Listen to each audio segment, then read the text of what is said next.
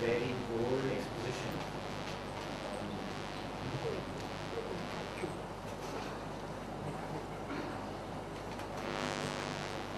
why the state of Pakistan is floundering, what it means for India and for the rest of the world. At the outset, friends, I want to make my own position clear.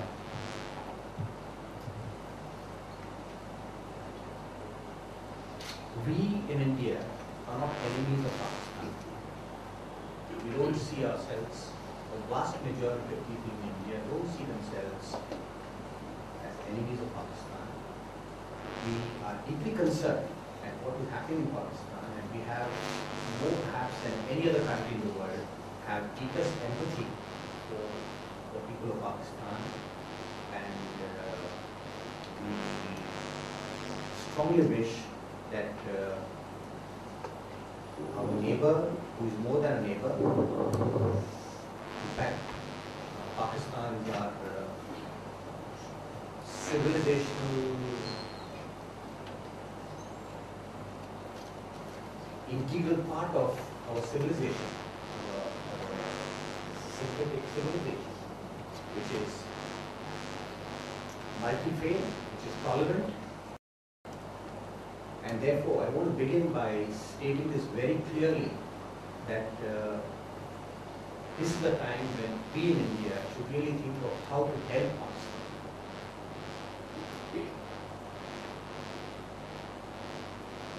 My colleague Radha, in her welcome remarks, mentioned that 2011 is the birth centenary year of the great poet Faiz. I would like to read out just two lines of a very famous poem of Faiz. It's called Bol. Bol ki lab azad hai tere, bol zaba ab tak teri hai. Means speak, speak, your lips still have their liberty. Speak, still is yours the spoken word. But when the time came to speak out, it is sad to know that many educated people in Pakistan did not speak out against the injustice, terrible injustice, terrible crime of the assassination of Salman Taseer, Governor Taseer. Instead, it is the lips of the extremists who spoke louder. And it is in this context, friends, that we really have to appreciate and applaud Dr. Shaikh for speaking out courageously. And I want to bring to your attention an article she wrote as far back as 2009.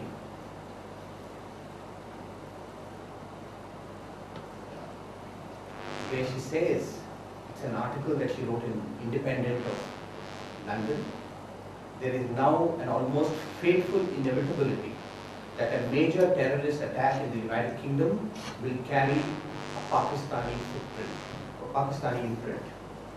The London suicide bombings in 2005, the aborted project to blow up the transatlantic airliners flying in 2006, the November attacks in Mumbai, and the assault on the visiting Sri Lankan cricket team in Lahore last month, all have been shown to have had roots in Pakistan.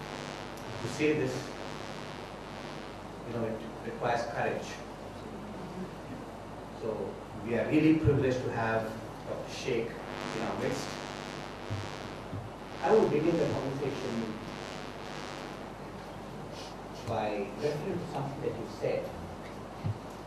You said that some observers, some commentators in Pakistan are describing the situation as a tsunami of threats. Actually, it is Dr. Parvez Goodboy, one of the most courageous voices in Pakistan against religious extremism. He recently gave an interview, friends, in which he says Pakistan is awaiting a clerical tsunami. I want to read out just one part of an answer he gave, and I would like to have your comments on it. It is the last question. What do you think is the way to stem the rising tide of religious extremism in Pakistan? This is a question.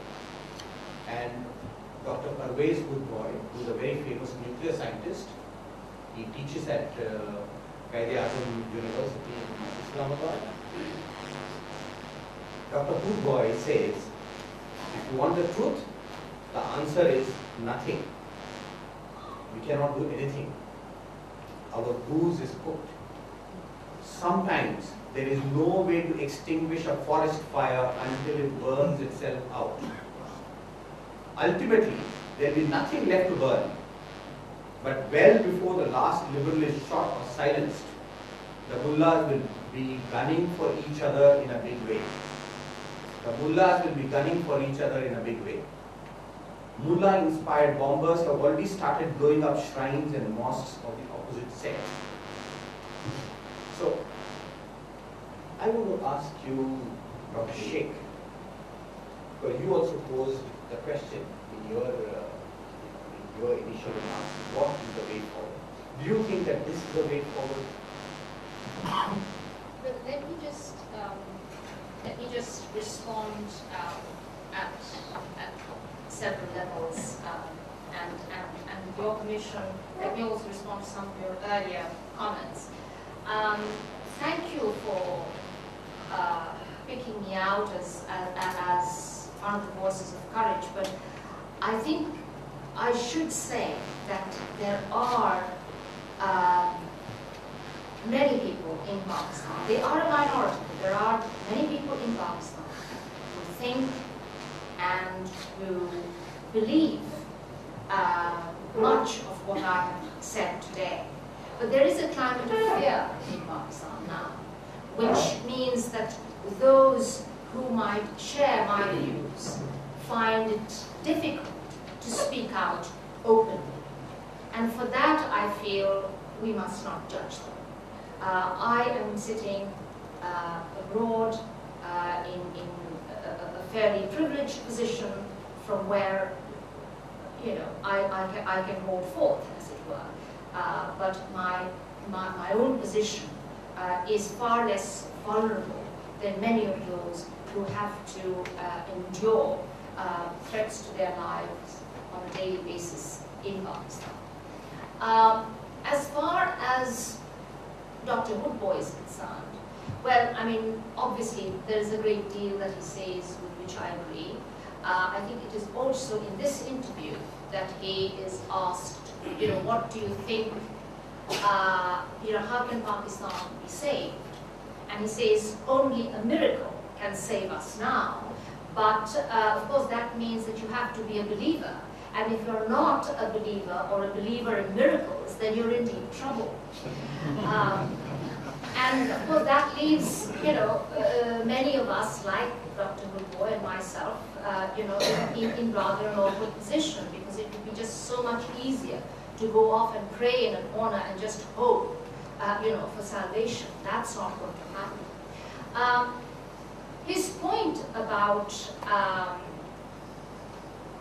the mullahs gunning for one another is something, of course, that I touched on in my own presentation, in which I tried to impress upon you that while it would appear on the face of it that you have this almighty coalition of forces, of sort of religious parties and religious groups ranged against a beleaguered liberal minority, there are in fact very deep and fundamental divisions within this coalition of forces. And we have seen that in the last few years. I made reference to it myself, where Barelvi shrines, Sufi shrines, were being blown up by those who subscribe to alternative versions of Islam, Deobandi and others. So there are these deep divisions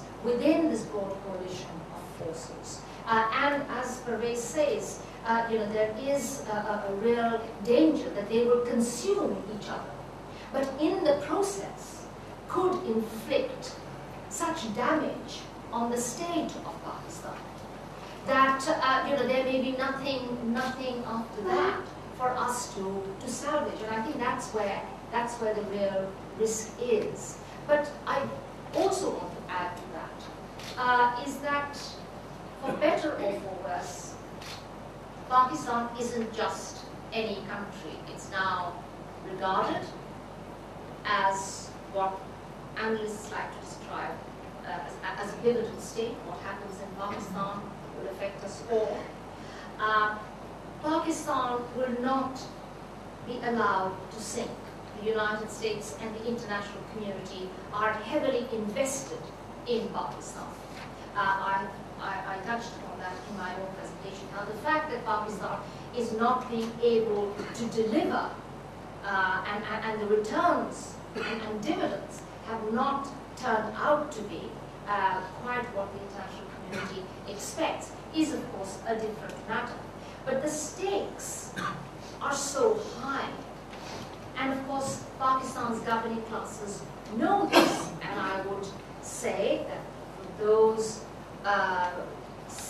cynical like myself, more often than not negotiates with a gun held to its head, which is to say that, you just give us what we want, or else we put this bullet through our head and take you down with us. I mean, that's become our sort of, a common way in which we conduct negotiations. But I think it's understood both by the international community and by Pakistan's leadership that the stakes now are far too high. Pakistan is not just a military state, it's also a heavily militarized, nuclear-armed state. This is not Somalia, it's not Afghanistan. The risks of Pakistan going under could have very, very grave repercussions. And if only for that, it will somehow hold together. But of course, what I am concerned about much more is what it actually means for Pakistan's 175 million people. I mean, our lives have become a misery. And we do need help. And we do need support, not least, as you yourself said, the support of our neighbors. And looking at it from inside Pakistan, we feel at the moment beleaguered. We feel everyone does not appreciate what we do. People misjudge or are suspicious of actions that we may be performing in good faith. So we're a country that is on the defensive, and I think our neighbors need to recognize that, and we do need some understanding, and that hasn't exactly been forthcoming. From India. There are good reasons for that, I understand that. But in order to move ahead, perhaps we have to revisit some of these grievances and misunderstandings. Dr. Shaikh, the title of your book, the latest book, that is Making Sense of Pakistan. And this book is about your interpretation, or your interpretation of various interpretations on Pakistan's problematic relationship with Islam. Now, I would like to actually take our discussion to the genesis of Pakistan, 1947, or the very traumatic period that preceded the birth of Pakistan, the terrible bloodshed that took place and led to partition. In this context, I'm reminded of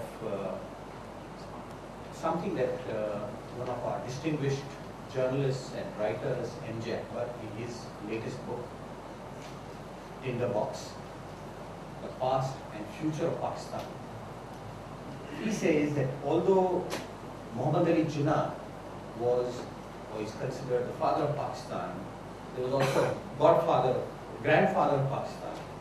And the grandfather of Pakistan was Maulana Maududi, who says again and again, and his followers are now saying it now, even more vociferously, that if Pakistan was not created for the establishment of an Islamic state, then why was it created at all? So, what is the answer of liberals in Pakistan? The very purpose of Pakistan was to create an Islamic state. Is there any other conception of Pakistan possible? Well, certainly liberals in Pakistan will tell you that Mr. Jinnah, and he is on record as saying so, never envisaged a theocratic state. And I think it's fair to say that Maulana Maududi did. I think most liberals in Pakistan will tell you that a close reading of Jinnah's speeches will show him to be a man who had a vision of a modern, moderate Muslim country. These liberals will, of course, also argue that ultimately Islam had very little to do with Pakistan, and that what Mr. Jinnah was really after was a fair share in the distribution of power following the departure of the British from India. And his failure to obtain that fair distribution of power, that equality at the center, as it were, drove him to desperate measures. And the most desperate of these measures was, of course, the demand for Pakistan. A demand that Mr. Jinnah himself, of course, again is on record as describing as moth-eaten, because it was only half his dream, as it were. I fall in that category of Pakistani liberals who believe that the story was rather more complicated than that. That, in fact, Islam did have everything to do with Pakistan. But there was no agreement on which version of Islam was to embody this state. And that Mr. Jinnah himself perhaps did not realize that this was a tiger he could not ride so easily. Having unleashed it, he found it impossible to rein it. And I think we are living with the consequences of that decision. I think it has to be said in all fairness that if today in Pakistan politicians routinely use religion for political ends, it is a legacy that we have inherited from Mr. Jinnah. And I think that is something that future historians in Pakistan are going to have to wrestle with.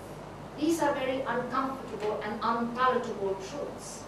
Liberals, as I said in my presentation, today in Pakistan are a beleaguered lot. They fear extinction. The only person they can turn to is Mr. Jinnah. There is no one else. And so we all cling on to him and what little he said about a moderate, secular Pakistan as the last straw, as it were, as we sort of face this phenomenon that Woodward describes as a tsunami. An exaggerated term, but nevertheless one that resonates powerfully in Pakistan today. I am reminded here of what a very prominent Pakistani politician, Altaf Hussain, the founder of MQM, is now in London, and he is the leader of a party of those who migrated from India because they believed in the idea of Pakistan. And he is now on record saying that partition was a mistake. Do you agree with this?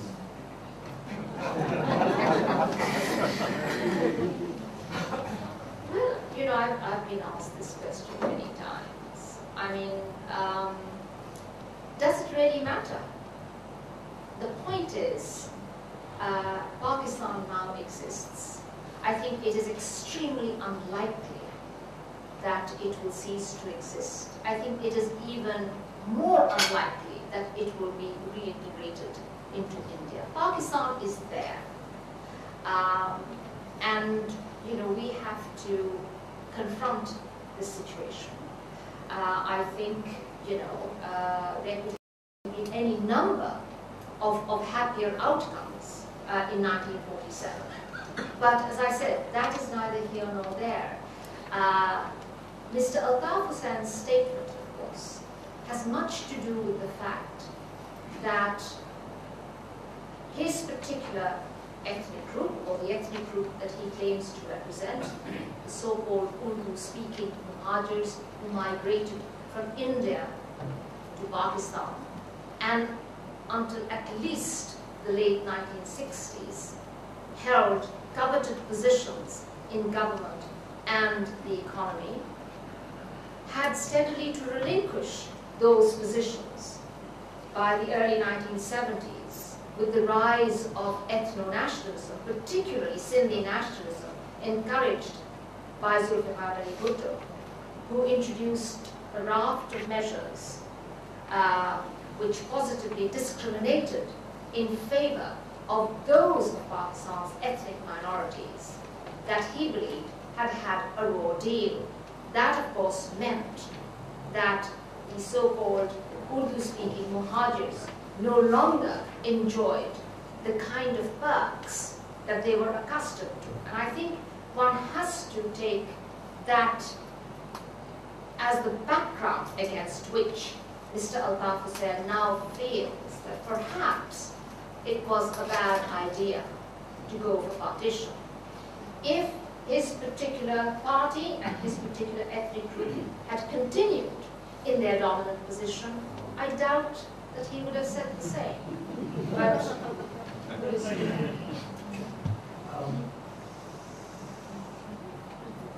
You know, I want to go back, friends, to this very important interview.